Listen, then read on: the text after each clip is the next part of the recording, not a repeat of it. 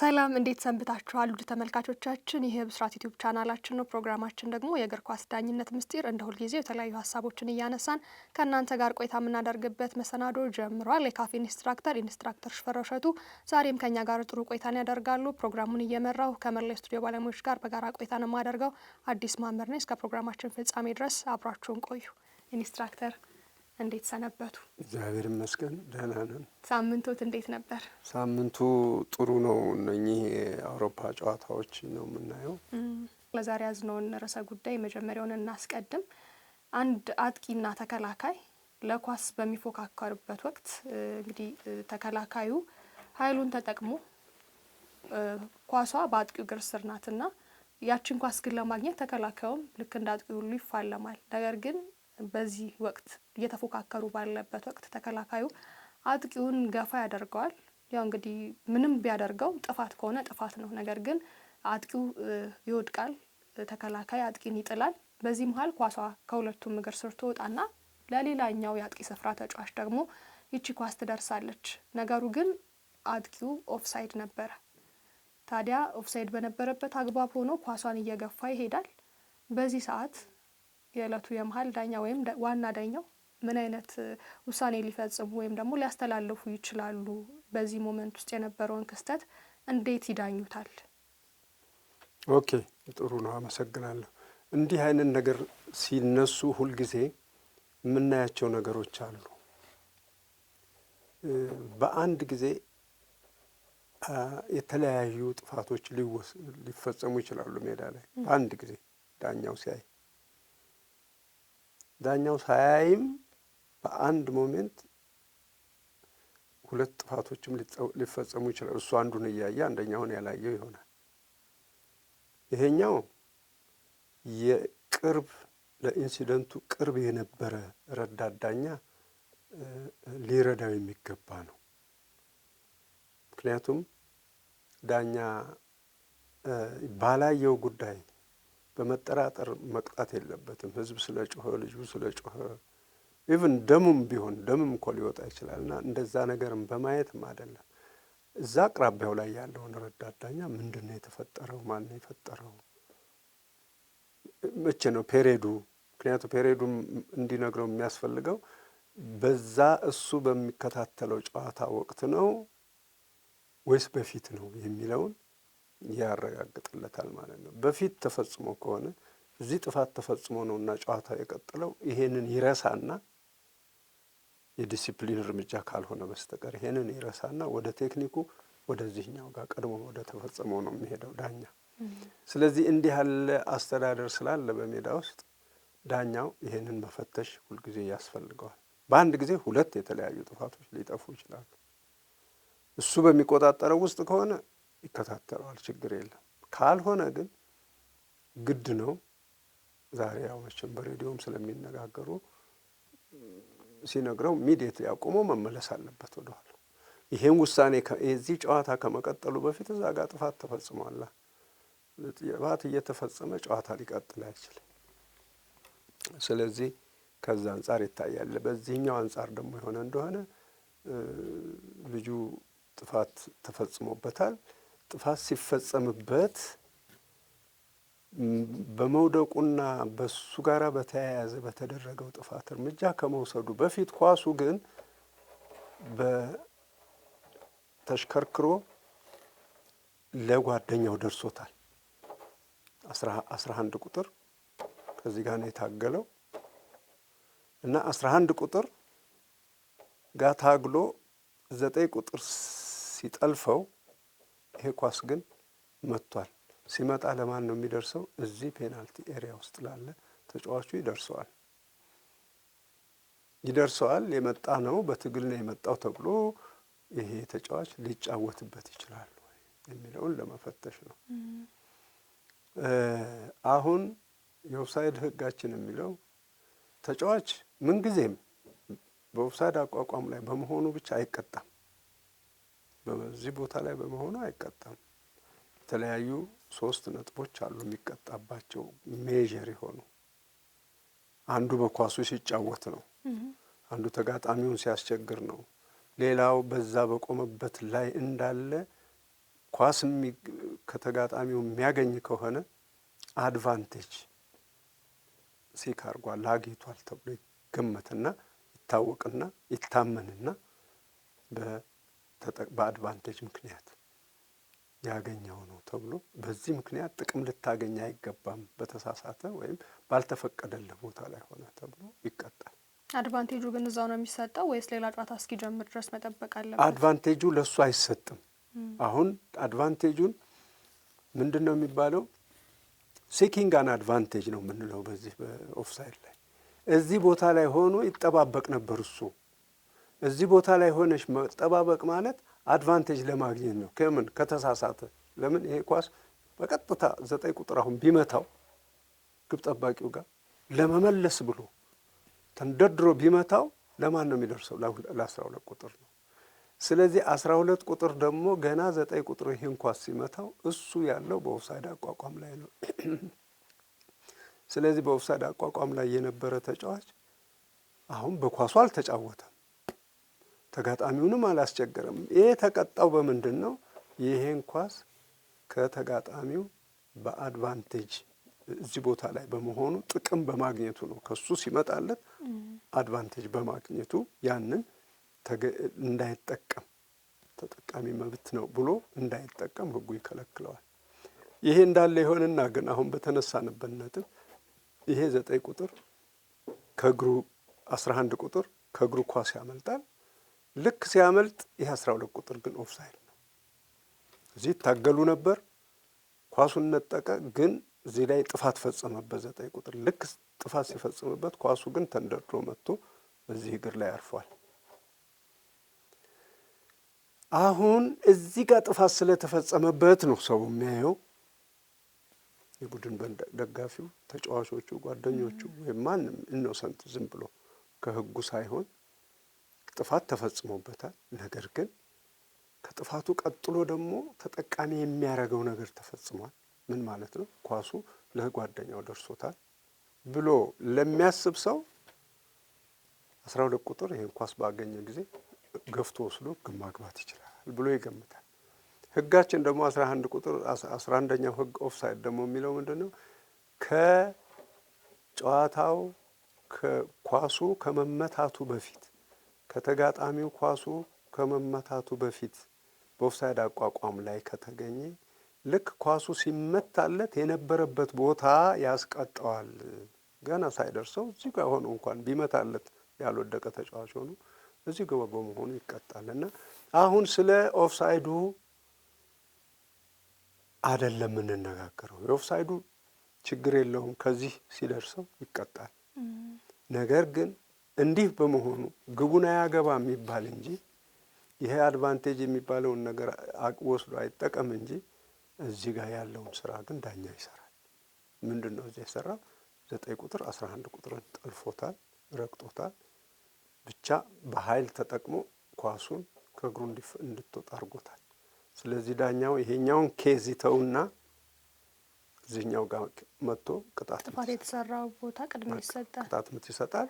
ለአጥፊው የጥፋቱን አይነት መጥኖ ኬርለስ ነው ካለ በቅጣት ምት ብቻ፣ የለም ይሄ ሬክለስ ነው በቸልተኝነት ግን ሆን ብሎ ያደረገው ነው ካለ ደግሞ ቢጫ ካርድ፣ ይሄማ ሲሪየስ ፋውል ፕሌይ ነው፣ በጣም ጉልበት ተጠቅሞ ነው፣ ኤክሰሲቭሊ ነው የተጠቀመው የተጫወተው ብሎ ሲል ደግሞ በቀይ ካርድ ያሰናብትና ቅጣት ምቱን በዚሁ ቦታ ላይ አድርጎ ቅጣት ምት ይሰጣል ማለት ነው። የዚህ ጉዳይ ይረሳል፣ የዚህ ጉዳይ አይነሳም ማለት ነው።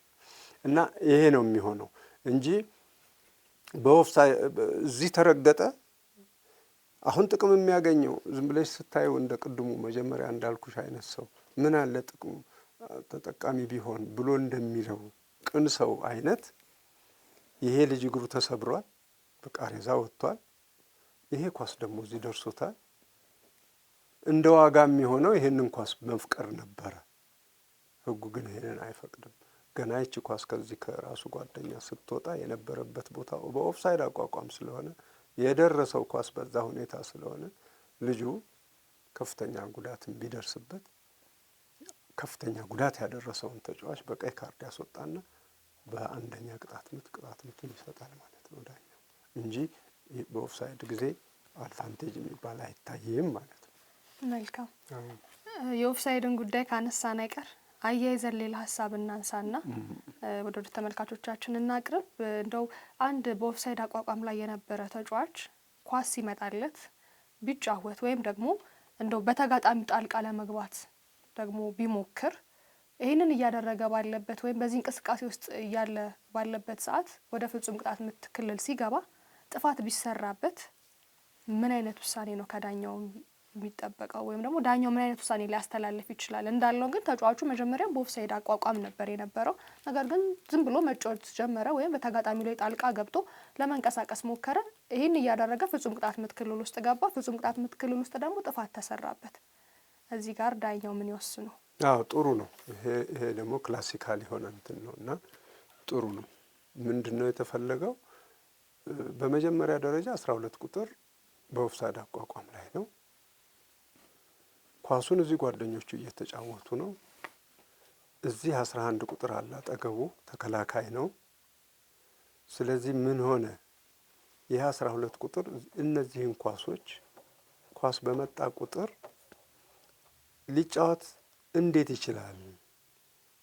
ይሄ 9 ቁጥር ኳሱን ለጓደኛው ሲሰጥ 12 ቁጥር ሮጦ ወደዚህ ሄዶ ከሱ በፊት እችን ኳስ ለመቀበል ቢፈልግ ይችላል ወይ ነው? አይችልም፣ ይከለክለዋል። እዚህ ጋር ያለው ቦታ የነበረበት ቦታ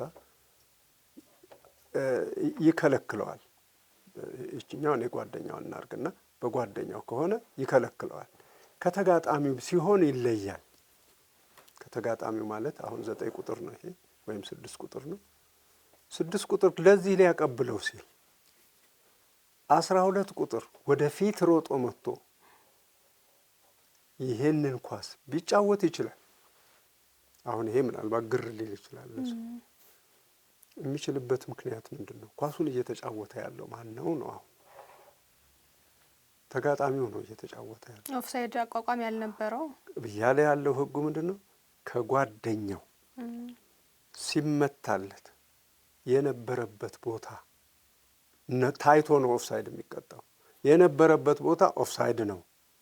ግን ኳሱ የመጣው ከማን ነው? መቹ ነው ወይስ ደግሞ ተቀባዩ ነው? ቦታው ኤግዛክት የሚመታ የነበረበት ቦታ አይደለም። የሚቀጣውማ ይሄ ነው። አሁን ይሄ ስለሚቀጣበት ነው እንነጋገረው። ይሄንን ግን ስንጠቀም ስለሱ ስናወራ ሁለት መንገድ ይዘን ነው። አንዱ ከ11 ቁጥር ነው ኳሱን የሚቀበለው እንበል። ልክ 11 ቁጥር የሚመታለት ከሆነ የ11 ቁጥር ኳሱን ሲገጨው እሱ የት ነበር የሚለውን ነው የምናየው። ጓደኛው የት ነበር? ኳሱን ሲመታለት ወይም ሲያቀብለው የነበረበት ቦታ በኦፍሳይድ አቋቋም ላይ ከሆነ ኦፍሳይድ ነው። ጓደኛው። ተጋጣሚውስ? ይሄ ተጋጣሚው አለ። ይሄን ኳስ ለሱ አይደለም የሚሰጠው። ኖርማሊ ለሱ ከሰጠውማ ያው እሱ ግብ ያገባል፣ ምንም ችግር የለውም። ቢጨረፍስ ኢንስትራክተር እኮ ልመጣልሽ ነው። አሁን ይሄ ኳስ ከዛ በዚህ ጋር ይመጣል። ለማን ለመስጠት? ለ11 ቁጥር። ይሄን ኳስ እዚህ ጋር በመሄድ ላይ ያለ ይሄ ፈጣን ኖሮ ጠመጣና ይሄን ኳስ ተጫወተው። ጥፋት ነገር ሳያረግ ኳሱን ተጫወተው። ምን አጠፋ ነው? አንደኛ ኳሱን ያገኘው ከየት ነው? ከተጋጣሚው። ሁለተኛ 11 ቁጥር ላይ ጥፋት ፈጽሞ ነው ወይ ይሄን ኳስ የተቀበለው ነው አሁን ጥያቄው። ይሄን 11 ቁጥር ልክ ሲደርስ ልክ ሮጦ መጣና ይሄንን ኳስ ለመጫወት ሲል ይሄንን ገፋና ኳሱን ይዞ ተመለሰ። እንዲህ ከሆነ ግን ምን አረገ ማለት ነው? ጓደኛውን ተጋጣሚውን አስቸገረ። ኢንተርፌርስ የሚለውን ነገር አመጣ ማለት ነው። ኢንተርፌረንስ አለው፣ በተጋጣሚው ላይ ጣልቃ ገብቷል ተብሎ ያስቀጣዋል። በኦፍሳይድ ይቀጣል ማለት ነው። በእንዲህ አይነት ሁኔታ ላይ ኳሱን ከተቀበለው ከዚህ ላይ ነገር ግን ምንም ነገር ጥፋት ሳያጠፋ ኳሷም እዚህ ስትደርስ እሱም በፈጣን ሩጫው መጥቶ ከዚህ ይዟት የሚሄድ ከሆነ ሲትነሳ ኳሷ ከጓደኛው ሳይሆን ከተጋጣሚው ስለሆነ ይድናል። ሕጉ ከተጋጣሚው አይልም፣ ከጓደኛው ሲመታለት ነው የሚለው። ስለዚህ በዚህ ይድናል ከዚህ ካገኘ። ከዚህኛው የሚያገኝ ከሆነ ግን ከዚህኛው ከዚህ ቀጥታ ካገኘው ይገባል ያገኛል። ከዚህኛው ከሆነ የሚያገኘው ግን አይቻልም፣ የነበረበት ቦታ በኦፍሳይድ ያስቀጣዋል የሚለውን እንወስዳለን። አሁን ይሄንን ግን ይሄ እንግዲህ ኢንተርፌረንስ ነው፣ ጣልቃ መግባት ነው። ሌላው በኳሱ መጫወት ነው። በኳሱ መጫወት የሚለው ደግሞ በትክክለኛ ጨዋታ እየተጫወቱ ባለበት ጊዜ ቅድም ባልነው አይነት ከኳሱ እንደዚህ የሚመጣለት ከሆነ ከጨዋታው ይሄን በኦፍሳይድ ያስገኘዋል። ሶስተኛው ቅድም እንዳልኩሽ ነው። ይሄ ኳስ በቀጥታ ይሄ ጓደኛው ሲመታለት ይሄ ሰውዬ እዚህ ጋር ነው ያለው ኦፍሳይድ አቋቋም ቀጥታ መታው፣ የግብ ጠባቂውን አቋቋም አይቶ ይገባል ብሎ ሲል ግን ይሄ ጎበዝ ነውና ተወርውሮ መለሰው። ኳሱ ሲመልሰው ይሄ ያገኘዋል። ይሄ ካገኘው ለማግባት አይችልም፣ ምክንያቱም ይሄ ከዚህ እግሩ ሲወጣ እሱ ግን በኦፍሳይድ ፖዚሽን ላይ ነበር። ያ የቅድሙ ያልነው ህግ ይሰራል ማለት ነው። እሱ ኳሱን ሲመታ ኳሱ ከእግሩ ሲወጣ ጓደኛው በኦፍሳይድ አቋቋም ላይ ነው። ይሄ ኳስ ግን ሄዶ ይሄን ተጋጣሚውን ገጭቶ ሲመጣ አሁንም ይሄ እዚህ ቦታ ላይ ስለሆነ ያለው በኦፍሳይድ ይቀጣል ማለት ነው። ይሄ ነው እንግዲህ። ሌላው አሁን ያልሽው ጥያቄ ከምን ጋር ነው የሚሄደው? ቢጨረፍስ ነው ያልሽው? ቢጨረፍ እሱ ደግሞ አንዱ ትልቁ ክርክር ነው። አሁን ለምሳሌ ይሄ 11 ቁጥር ኳስ ከወዲያው ሲመጣ ይሄ 9 ቁጥር ሁለት አይነት እድል አለው። ይሄን ኳስ ለመጫወት መቻል፣ ለማቀበል መቻል፣ ሁለት እድሎች ናቸው ያሉት። አሁን ለማቀበል በሚልበት ጊዜና ለመጫወት በሚልበት ጊዜ ዳኛው እኒህን ነገሮች ያያል ማለት ነው። ለማቀበል እየተጫወተ ነው ወይስ ለመጫወት ነው የሚጫወተው? ለምሳሌ ይህንን ኳስ አድርጎ ፊት ለፊት ለመምታት ነው የፈለገው፣ እየተጫወተ ነው ማለት ነው። ወይም ይሄን ኳስ ለዚህ ለ7 ቁጥር ለማቀበል ፈልጎ ሊሆን ይችላል፣ ወይም ለዚህ ለ11 ቁጥር ለማቀበል ፈልጎ ይሆናል። ለማቀበል ነው።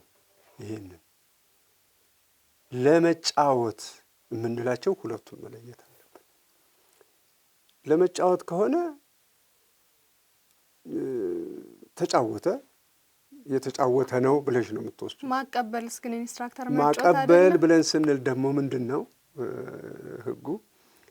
ለምሳሌ ይሸረፋል አንዳንድ ጊዜ ኳስ እንዲህ ስትመጪ ይልና ወደ ኋላሽ ይመጣል ኳሱ። አሁን ይሄ ሰውዬ እየተጫወተ ነው እያቀበለ ነው? አሁን በሰጠውሽ ኤግዛምፕል ማለትም 6 ቁጥር ከዚህ ከ7 ቁጥር ያገኘውን ኳስ እመታዋለሁ ብሎ ሲል እዚህ ጋር ሲደርስ